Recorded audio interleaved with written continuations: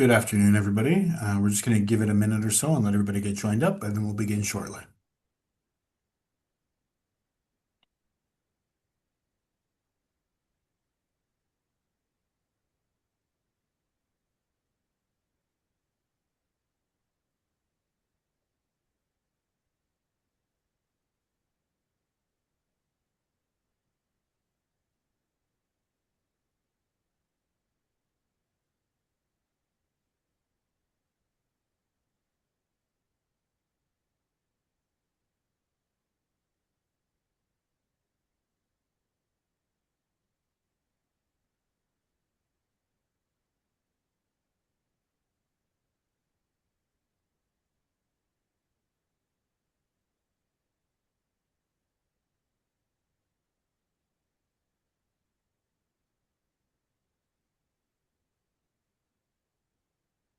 We'll give it another minute or so, and then we'll get going.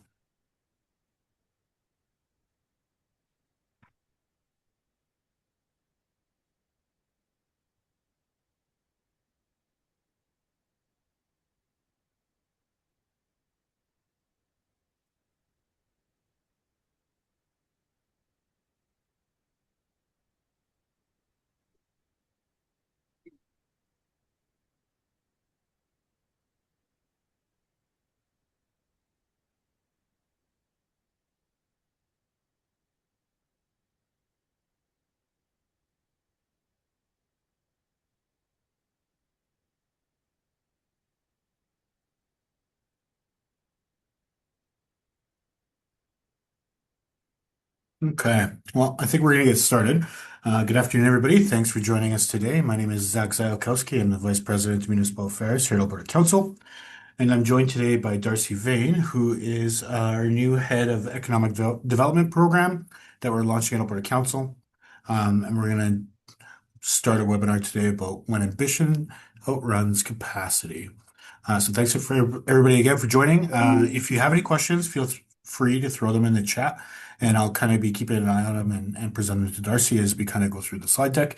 But feel free to put them in whenever it comes to. This recording will also be available on albertacouncilnews.com. So if you have any colleagues that missed out on today's webinar, it will be available for view probably later today. So I'll turn it over to you, Darcy.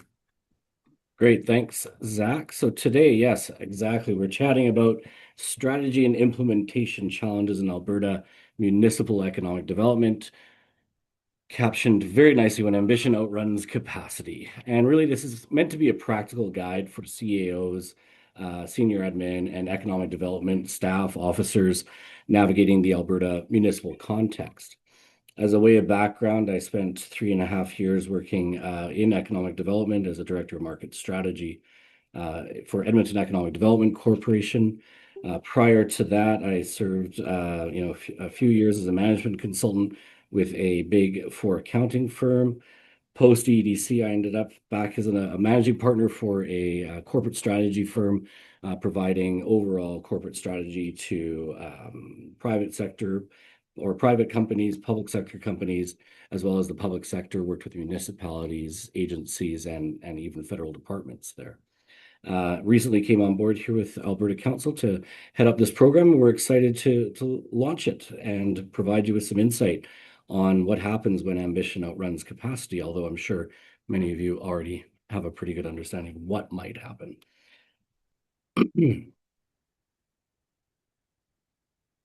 So one of the things we know is that economic development is one of the most visible and politically sensitive things municipalities do. It carries expectations from council, residents, and the business community. And this session is about why even well-intentioned and well-designed strategies often struggle to deliver results once they're approved. We're going to look at this through a very practical Alberta lens, how strategies interact with municipal government systems, capacity, and governance realities. In essence, what we're saying here is that a lot of Alberta municipalities do have the best intentions and put a lot of effort and work and produce some wonderful strategies. This is really about that bridge between strategy and implementation, because strategy is all about choices. And if you make a strategic misdiagnosis, it doesn't matter what your implementation is. However, if you're looking at the right diagnosis or solving the right strategic problem in the case of economic development, then it's really up to the implementation side to deliver on that. And we'll see why that sometimes doesn't happen.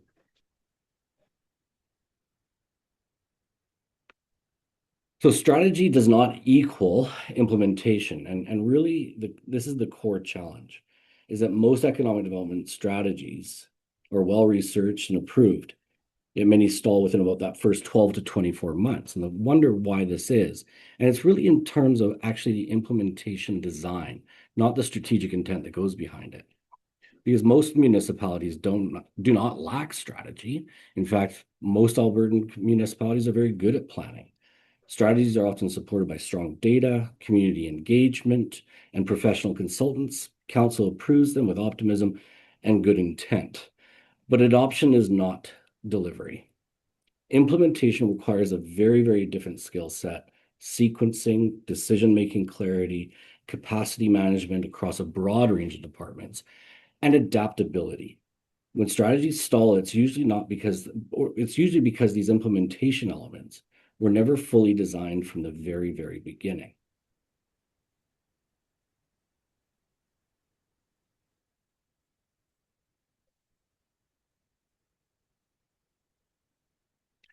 So the municipal reality here is that implementation, especially in Alberta, often happens in volatility.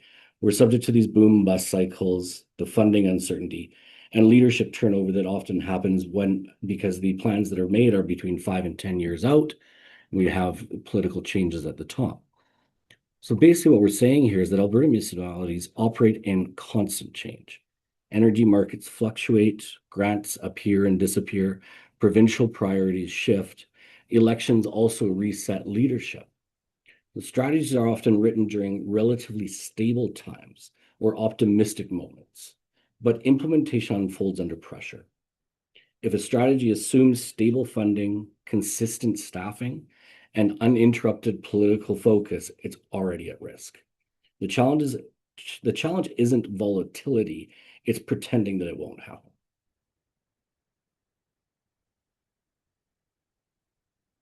So why strategies do stall after adoption, and this is where strategy meets reality, it meets the day-to-day, is that when strategies stall, three systemic issues usually collide. First, the scope of the strategy exceeds the municipality's ability to implement it. And second, the implementation rules and processes are rather unclear. And third, the strategy may lack mechanisms to adapt when conditions change. So what pieces can we put into our plans and look at our economic development strategies that allow for adaptability so it becomes a living document? How often do we review it? How often do we analyze it against the current market conditions as well as the forecast market conditions?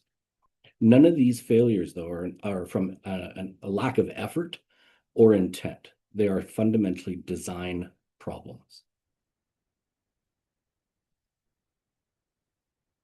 So really, when we look at this in terms of the first challenge, we're looking at the scope of the strategy or the scope of the strategic intent or the priorities versus how the organization has been designed or is there to support it.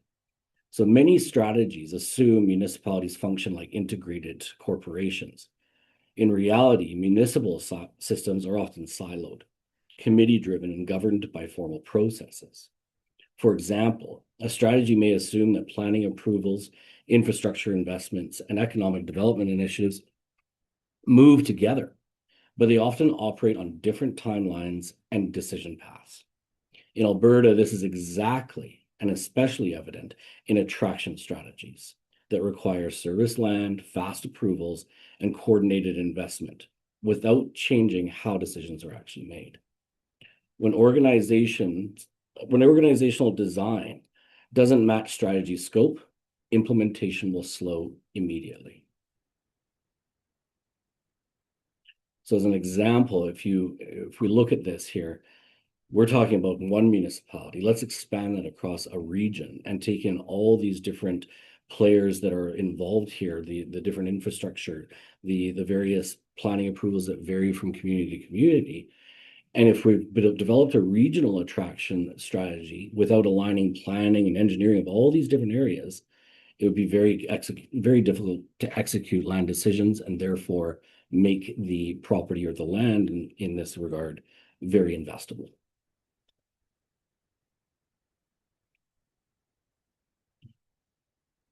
Often, many strategies are really, really strong on vision. We know exactly where we want to go. We know what it looks like in the future. Yet, they are often very, very weak on mechanics. So they don't clearly answer basic questions. Who is accountable? What decisions can staff make? What requires council, the province, the different relationships that are there? What needs to happen first? So without this clarity, often staff in administration spend time debating interpretations rather than actually executing actions. And in smaller Alberta municipalities, this often leads to implementation being deferred simply because no one has the authority or time to move it forward. So we really have to understand underneath these conditions, and this is the missing middle part, which is how do we set a clear implementation lead? What does this specific sequencing and phasing look like of implementation? Where are the design thresholds? And sometimes those may be budgetary, they may be political, they may be part of the organizational hierarchy. And what are the triggers to reassess?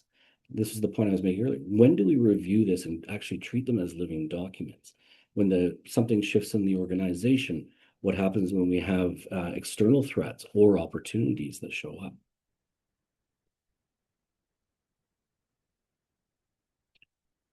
And this is the problem when you get into static strategies, because we're working actually in a very, very dynamic system.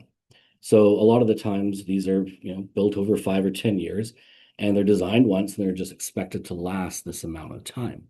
And it doesn't really take into consideration all these, little nuances like election cycles and leadership change and market dynamics and funding. So it's very rare for Alberta municipalities to experience long periods of stability. We do often live in a boom and bust economic scenario here. And on top of that, leadership changes, funding shifts, there's staff turnover, and market changes. These are all normal. This is what we deal with every day. Yet many strategies are written as static 5 or 10 with no built-in review points. So when reality diverges from assumptions, the strategy either becomes irrelevant or burdensome. And that's across both the political and administrative arenas. So one of the key takeaways here is that most strategies stall because they're implementation blind. Okay. This is the central idea of the session. Strategies usually stall not because they lack ambition or insight, but because they fail to account for how implementation actually happens in the municipal systems. So this implementation blindness leads to overload, delay, and frustration for both councils and staff. The fix starts with better design, not more effort. Because if you're looking at investing in the design, you're taking a lot more in the principles up front, which should minimize the effort in actually achieving these elements. The first component that we often see, and this is the title of this entire presentation, which is what happens when ambition outpaces implementation capacity. And we start to see this happen when there's too many high priorities, because then everything's a priority. There's no real clear sequencing. And there's a lot of future dependency built in on grants or staff. And without the right OKRs, objectives and key results, or KPIs to generate the accountability and let us know that we're doing well, the outcomes become too broad. The success definitions are too broad. And this is what happens when this is what happens is that the ambition drives risk. And it drives risk when it exceeds an organization's capacity to execute. This shows up when everything is labeled a priority, when we see all the success being defined in aspirational terms rather than specific deliverables. And so we want to make sure that to keep the strategy viable, we have to answer the question, what would have to be true? Those assumptions are rarely guaranteed.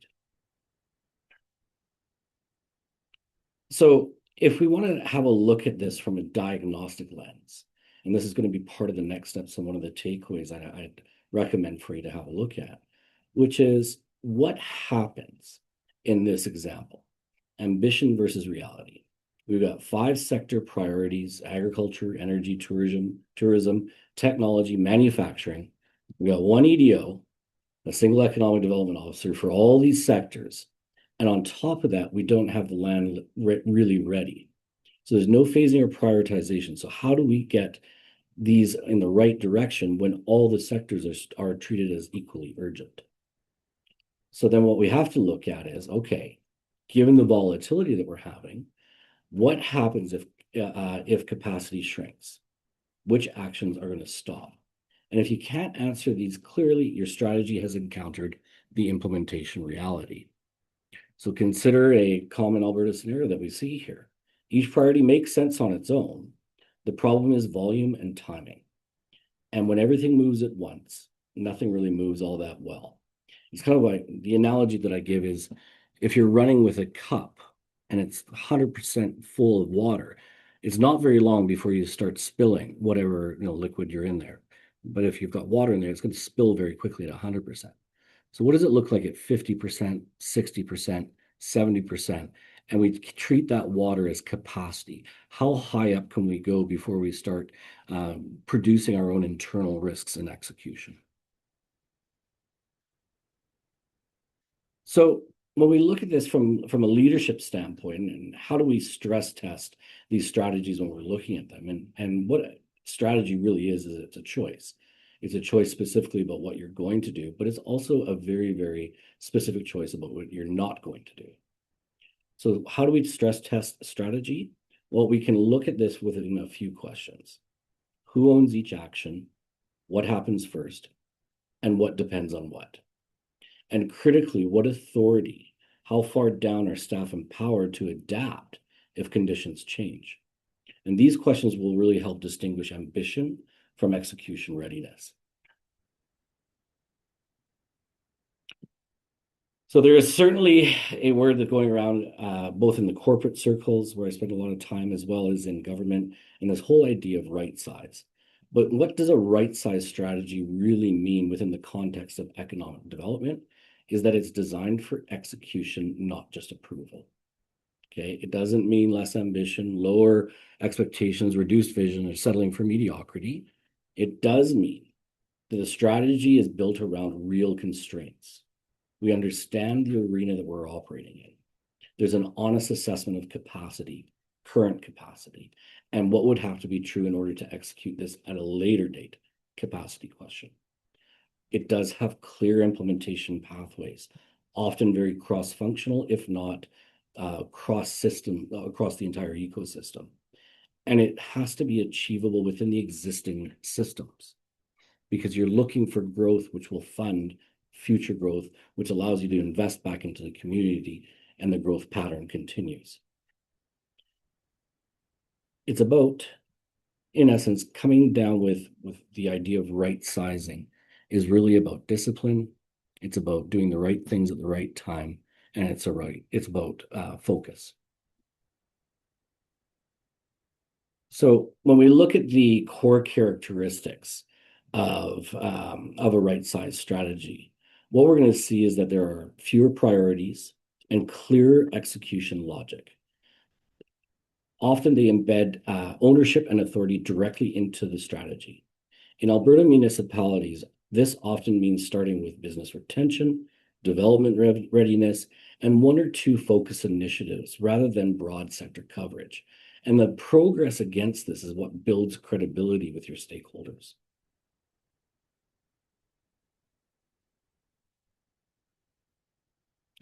So here's the line where strategy meets implementation and where we would say they differ. Where does strategy versus implementation? So we're going to look at clarifying the line here.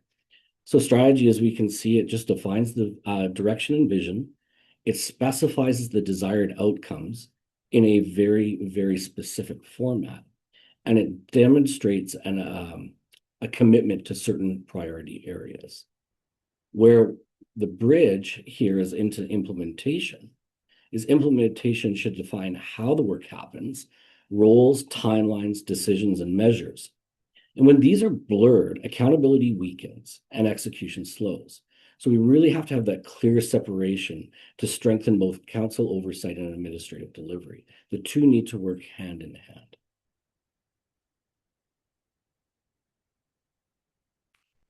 So when we look at overcoming the second challenge of looking at building in the adaptability so that strategies that actually survive reality, we look at this within the context of right-sized strategy. Is it doesn't just plan for success, it also has to plan for change. So scenario planning coming into this quite a bit. And then what we have to do is, determine how often we need to look at this. When do we schedule those moments to assess progress and adjust course? And I think at a very, very minimum, it's twice a year. And really what we have to do is look and define the triggers that need to happen, or that a signal is about to happen, or that something new information has come in that says that changes are needed. And these could be a variety of elements. We talked about provincial focus, we talked about funding mechanisms, we talked about new industries like data centers popping up. And then really what we have to do is embed within our strategies here and a clear implementation is that built-in authority. So who has the right to modify this without the full strategy rewrites? How do we take out part A and replace with part Z? How do we recognize what happened in scenario A versus scenario C and embed those into the discussion?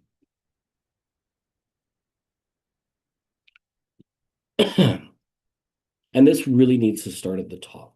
So if we're going to improve implementation, it starts at the top. It starts at the governance level, because governance plays a central role in execution. Because when the roles between council and administration are unclear, council's pulled into operational decisions and some sort of operational activity, and staff will also stop to hesitate to act because there's not that clarity of role. So strong governance will clarify priorities and parameters, then empowers administration to deliver. This balance accelerates implementation and also reduces the common friction that happens between who does who and what does what. So the other component, how do we address this idea of sequencing and pacing? Improving implementation a lot of the times is the sequencing of these is often one of the most underused tools in economic development. By phasing initiatives, this allows staff to focus, learn, and adjust. And an annual priority confirmation, especially tied to the budget, keeps strategies aligned with capacity and conditions. So whether you're not making changes to the actual strategy, having just even one annual priority confirmation that we're still committed to this, it's still tied to the budget. The funding mechanisms hasn't changed from an internal lens. These are what keeps strategies aligned. And in Alberta's environment, pacing is a strength. It's not a weakness. So how do we truly measure success? Many municipalities will track activity rather than progress. So shifting, the key here is to shift to implementation-focused reporting. What moved, what stalled, and why. And what this does is it allows a better support for decision making. It reframes the execution as learning rather than failure, and honest reporting helps to build trust and credibility. So we have to look at this, shifting from how many meetings were held, events attended, these activity indicators, and move over to outcomes achieved, the barriers, the challenges that the team encountered along the way, and what adjustments are needed. One of the critical elements to look at here is taking into consideration the leading indicators as well as the lagging indicators. And your leading indicators are largely going to be behavioral driven versus your lagging indicators, which are going to show you what the outcome of those leading indicators are. So the idea here is to move, once again, from activity to progress.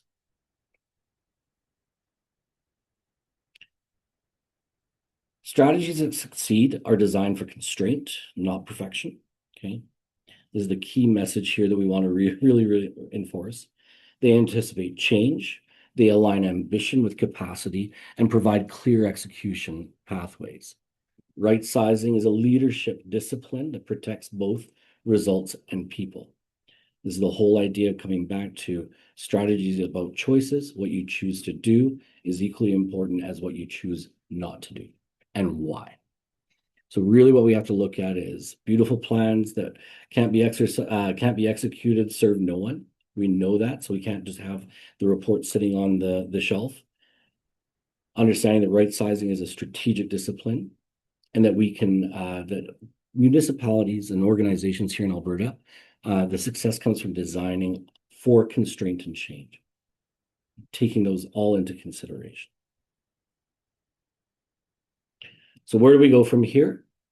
This is for you. This is the next steps. From this conversation, have a look at your economic development strategies. Have a look at them through the implementation lens for both council members and administration. Even just select one strategy and assess it against what you've heard today. Then clarify one gap. Identify and resolve one ownership or sequencing gap that's currently causing confusion. And then very quickly, based on that information, adjust one priority to better match the current organizational capacity and resources. And that's really what we're looking at is if we only had one to choose, which one would we? Very much supports the idea that it's just as important to clarify what isn't a priority.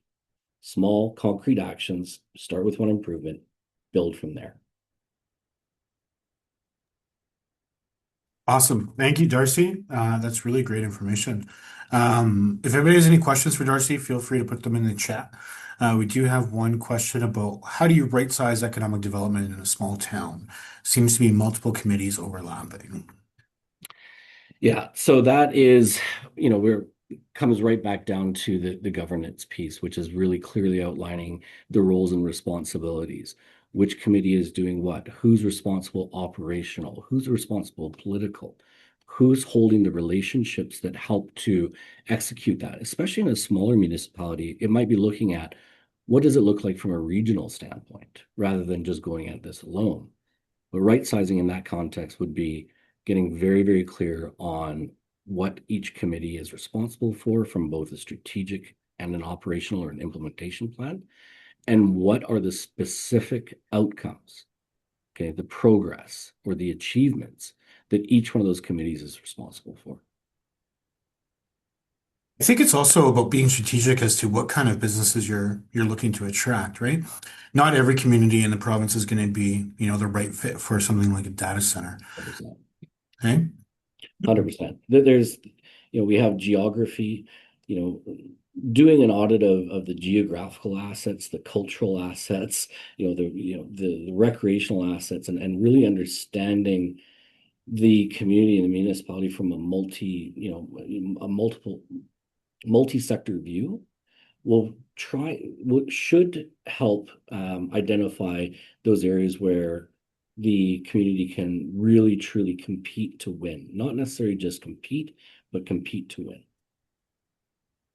I think staff resources is something else that need to really take into consideration. A lot of the times, I'll use data centers as an example. It's sexy, it's new, everybody sounds like it's a great idea, right? But then a lot of the time, a lot of municipalities don't have the staff resources to be able to kind of accommodate, not only like site facilitation, but site selection, all of those different things. But that could be the same thing for like foreign investment. Your community might not have the resources to be able to facilitate that attraction. There's opportunity there to look for outside help. Find organizations that are specialized in these areas. And there's a component of an idea of if it's not a full-time role, is it a fractional role? Can you bring in somebody just to do that, or an organization to help just with a specific priority as well? So it gives some freedom and flexibility back to the core of the staff by providing them the extra capacity on an outsourced basis sometimes. I really didn't intend that to be a transition, but it worked so well. How could I not? Maybe you want to take a minute and talk about the new ACTEV services Alberta Council is providing. Sure. So we've developed some systems, some frameworks, some programs around really seven core areas. One of them really starts with getting the governance right. So it's strategic planning and implementation planning at the council level and at the senior administration level. That's the guide that starts there. And then we look at where the opportunities for that community to play. So what happens if who's ready? What's the readiness assessment of an FDI? So we look at foreign direct investment strategy and implementation. We can provide support there.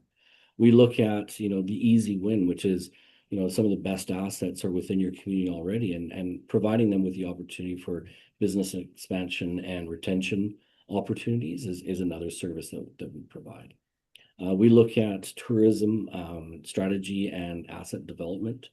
We can work with operators, communities to realize some of these more tourism focused or hospitality focused elements. We look at indigenous partnerships, regional partnership and strategy development. And then one of the key elements that really separates us from the typical consultants is on the implementation and capacity support. So actually embedding our team members within your organization to help move the projects along against and report against the outcomes. So it's like an extra partner holding hands with you as you execute against many of these elements. Great. We'll be sending out some more information to municipalities probably later on this week or early next week that provides more information for anybody that's interested. Back to some questions. It seems that some of the funding from higher levels of government is tied to deliverables that are activity focused. How do you recommend municipalities should build in outcomes when they're not tied to grant funding reporting? Yeah, they're still strategically important to your organization or your community. So there's nothing wrong with having two sets of outcomes. There's operational outcomes that we're talking about here, or implementation outcomes, but there's also the reporting requirements as well. And being able to do both is critical. And they don't often deviate quite as much because your activity reporting should inform the outcomes that you're designing. Thank you. When an opportunity arises, this is kind of similar. That is too big for a county alone to execute on. What tools does the province have to help? I'm not fully aware of everything that the province does have to help. So Zach, you may know a little bit more about that. However, I do think it's important to look at what can we do for ourselves. What can we do, as a group of communities in the same area? What does a regional approach look like? How do we collaborate? How do we collaborate so that we're not stepping on each other's toes? How do we pool resources and generate, more opportunity at a regional level? And expand the story. If you have multiple geographic assets, if you have one community is closer to water than another, there's a lot of elements that can play here by taking a regional standpoint. I think if we are constantly relying on the province to provide, we're not able to set our own destiny as a community. And grouping together and banding together is one of the most positive ways I think that you can achieve that. Also, regional voices often can have a lot more, much noisier when it's coming from the six communities than it is from one community as well. So there's opportunity to amplify the message that needs to be heard across all levels of government as well as your target segments. Yeah, and in terms of the provincial support, I mean, they've changed how they're funding economic development, right? So REITA's funding has changed. The regional economic development associations, the way that they're funded by the province has changed. There is Invest Alberta, which is designed more externally than internally. It's designed to bring in foreign investment as opposed to support municipalities so much. But there is other things like the ASP grants, the Alberta Sustainability Partnership Grant, that you can use regionally to fund ECDF studies, things like that. Um, but yeah, the province has really kind of changed the methodology for how they assist municipalities with economic development. Yeah, I think that's a Uh, perfect example of shifting political priorities or focus, and its trickle down effect really starts nationally all the way down to the province, down to the municipalities. Another question is, can you speak to how a typical 5-year ECDEV strategy can evolve over that timeline and be dynamic to reflect shifting macro factors? Hmm, great question. The short answer is no, and probably not for the reason that you are expecting. Without understanding the specifics around one community as opposed to another, it's very difficult to say what does 5 years look like versus 3 years look like. What happens if you have a 5-year strategic plan and your implementation plans are running a year at a time? There's those kinds of considerations that you can make, but without understanding the nuances of the particular community, it'd be hard to paint it with a broad brush stroke. Would you agree that one component of right sizing is a consideration of sustainability, not only of the project itself and its ongoing operation, but its fit with the municipal host? Oh, that's fantastic. Good questions. That's fantastic. Yeah. So, you know, contextually, sustainability is, the impact or the longevity it has. How long does that effort or that project provide a competitive advantage to the community? That's where I would be looking at is, how far out can you push this? And root it in competitive advantage rather than a time-based component, which is how long are we the only ones to be able to do this?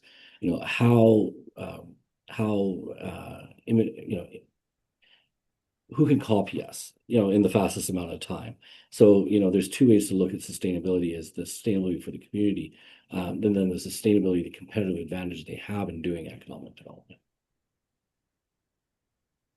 This one's a bit of a softball. Does it make sense to understand regional inventory of businesses and economic strategies? 100%. Yeah, of course, right? Yeah, 100%. Um, And looking at the diversity of the sectors or the concentration of the sectors is one of the key elements in doing that analysis and review. well, and I think a lot of the time municipalities are operating in competition with each other, right? Especially with the neighbors. And we're seeing a lot more of regional collaboration, especially in areas like Grand Prairie, where they, have the Invest Northwest Corporation that is doing a lot of that work together and kind of taking a look at the broader, you know, cross municipality landscape and how do they work together to attract businesses, which seems to be working really well for them. But a lot of the time, municipalities will be looking like, I'd rather have Costco than the guys down the street, kind of thing, just whatever the case may be. Um, so, like, how do we move past, that really kind of insular kind of protectionism into a regional economic strategy that benefits the region as opposed to just one individual municipality? And is there any reason why we would want to do that as opposed to being protectionist? Yeah. So I think a lot of it, once again, depends on the location of your municipality, its natural assets. If we take an objective view of where Costco really should be, look at it objectively for the region and just getting an understanding of if we were to take, it in relation to 6,000 people versus 35,000 people in the region, just using made up numbers, is where are those 35,000 people best served? And yes, being protectionist about what is truly your source of competitive advantage is very important. But also being willing to combine competitive advantages in a region is one of the best strengths that you can push forward. Awesome. With the cycle of municipal elections, how should a community ensure that progress is not lost in the time between outgoing and incoming councils? Yeah, great. That's a great question. Um, there is this, kind of dark zone, I'll call it, between, in that time. And, if you're waiting for new council to either endorse the existing strategy or set course on a different strategy, I think it's important to demonstrate the organization's ability to implement at whatever level it is between, in that dark zone. So continuing down, and making good on the commitments and promises from a position to demonstrate what is achievable within that time frame. A smaller municipality typically has a combined ECDEV and planning responsibility. What are the pros and cons in attracting business and developers? It should allow you to move faster. If decision making is empowered down to that level where you've got the two of them talking together, I think that's a tremendous asset. Especially if they're working in both department, aligning each one of those departments or like the people in that department against the same KPIs would definitely help so that everybody is looking to achieve the same outcome within context of economic development. I agree. I think the other kind of side of that coin, though, is that if you're responsible for both, then neither are really getting its full attention. And so if you're doing ECDEV kind of on the side of your desk in the midst of all of the Mm, planning work, it'd be really difficult to kind of focus yeah, on either of them. Um, sorry. Yeah, I misread that one. I think, if you had the people in each of those departments, that would be great. And they were working together on that, sure. But yeah, anything that's off the side of the desk isn't getting the full attention it needs. And that's exactly the capacity constraint that we talk about. yeah. The last question we have in here, if anybody has any other questions, feel free to throw them in the chat. How do you narrow down the focus of ECDEV from a regional approach? How can you repeat that one again, please? How do Sorry. you narrow down the focus of ECDEV from a regional approach? So I think what this is asking is how do I translate, the regional economic development strategy into a local level? Yeah. So basically what we're taking is taking the regional strategy into to local implementation is I think is what we're looking at doing there. And it's being very clear, once again, about the roles and responsibilities of your specific jurisdiction within the larger context of the region, understanding why that's a strength and why that's a positive, where the challenges are, and being able to accurately communicate it through your administration as well as the community as a whole. Demonstrate and be able to shape the narrative of the positives around pushing that forward. Great. Well, that was the last question in the chat. So thank you everybody for joining us today. Oh, wait, one more. Nick of time. Smaller communities, we have regional planning commissions, REDAs, etc., because doing things off the side of the desk doesn't seem to work. Sometimes it seems these regional setups are not functioning as they should do. Support municipalities, and it's frustrating. Yeah, absolutely, it'd be frustrating. I think that regional development and regional ActDev has worked better in some locations rather than others. Um, I think it's important to kind of row in the same direction. Sometimes that's not going to happen with the municipalities involved, just given histories and personalities and Yeah. the way it works. I think it's something to aspire to, but yeah, absolutely, it's not going to work in every case. Yeah, and I think a lot of that is grounded in communities, personalities, and a willingness to make trade-offs.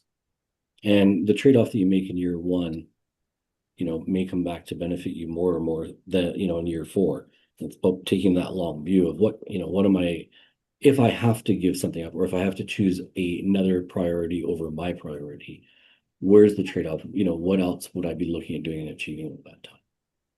And just take the emotion out of it, which is hard because these are our communities, but really looking and saying what is the best independent, objective, you know, business decision, because essentially this is, economic development and council. A lot of it is very business focused. Great. Thank you, everybody, for joining us today and spending your lunch break with us. This webinar will be available online at albertacouncilnews.com/webinars if you want to share with everyone. Um, and if you have any questions about ECDEV or any of the services that we're able to help with, feel free to reach out at any time. Otherwise, we'll see everybody around. Thanks again. Thanks a lot.